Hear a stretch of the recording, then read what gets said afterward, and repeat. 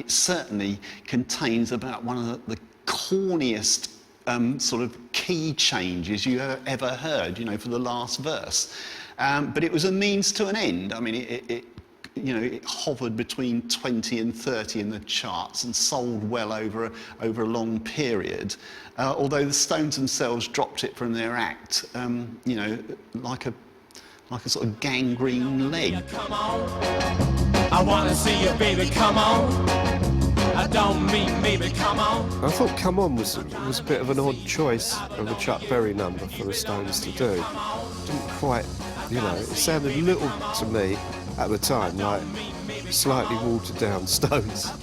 And obviously in between leaving them and then bringing out "Come On," we'd seen them quite a few times. I'd seen them several times and I thought, yeah, they really, you know, what they were doing in clubs was absolutely brilliant.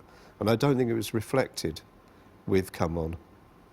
Despite 2 TV appearances, it was felt by many that the band had not translated their live performance well on their debut, and they struggled to find another record to cover that could give them a bona fide hit. It was a real problem getting the live feel onto vinyl. And the next record was problematical in itself because Oldham at that time was looking for other people's songs that they could adapt and make hit records out of. And he couldn't find a track, a song at that time. I think they tried Poison Ivy or something for a while, and that didn't work out in the studio. They were rehearsing numbers and trying to find something along the lines, the way he'd found "Come On" with them, which was like, give me your 5 most commercial tracks. And it wasn't working, they couldn't come up with anything.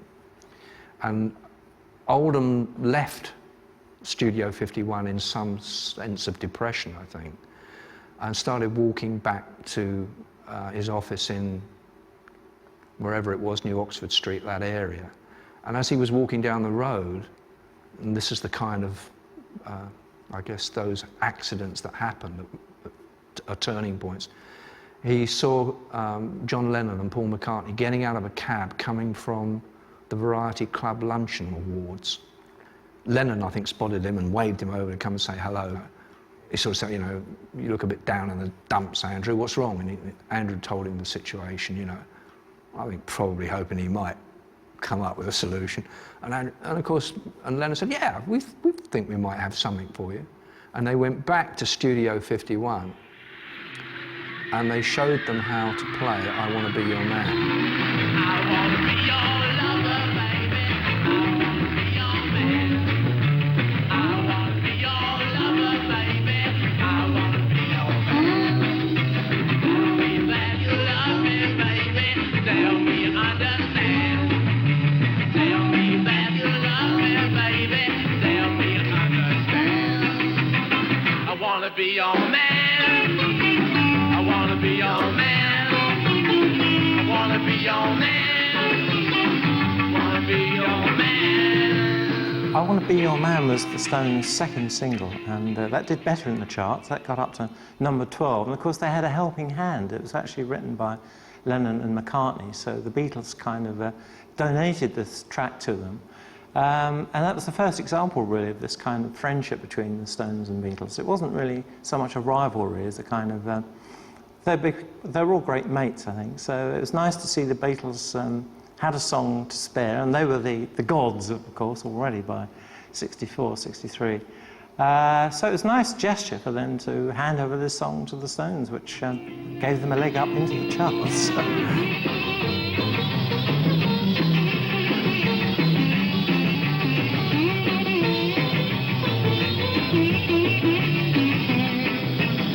I want to be your man. I want to be your man. I want to be your man. I want to be your man. Certainly the Stones, with Charlie Watts pounding the drums and Bill Wyman's bass, a great rhythm section, by the way, ensured that whatever the Stones did to a Beatles song, it was going to be very much the Stones' power treatment.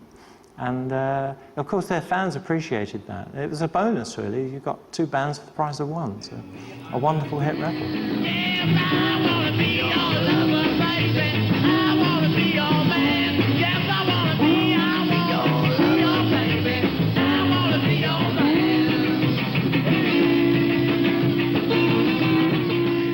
interestingly, I mean, the Stones didn't do I Want to Be Your Man for very long after it came out. I mean, once it actually achieved its purpose of getting them into the top 20, I mean, I think that they sort of weren't particularly keen on carrying on with it. I mean, it's never reared up again in any of their live performances, either then or now. I mean, often songs do. I mean, only a few years ago they were doing Not Fade Away, but, you know, certainly I Want to Be Your Man. I mean, you know, it was just a very necessary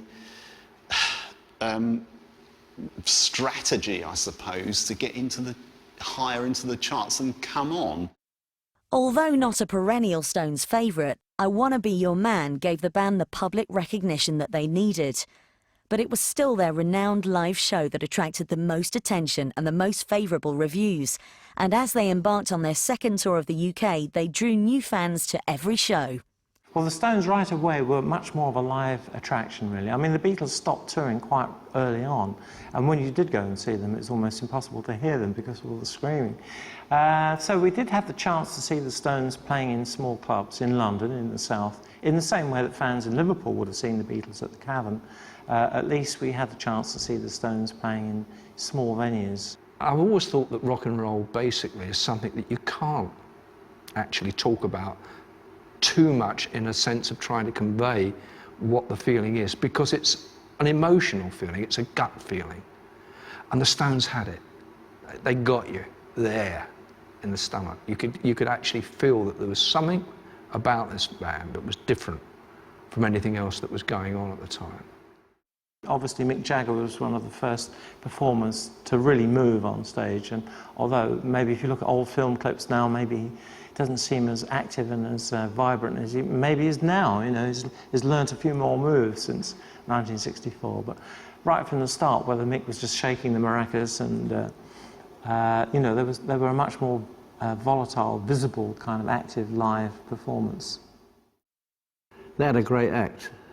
My opinion of Jagger is the biggest and the finest frontman there is. He's a great frontman. I mean, to say, you work out, when you talk about Jagger, you talk about the Tom Jones, the Elvis Presley, they was all doing the same.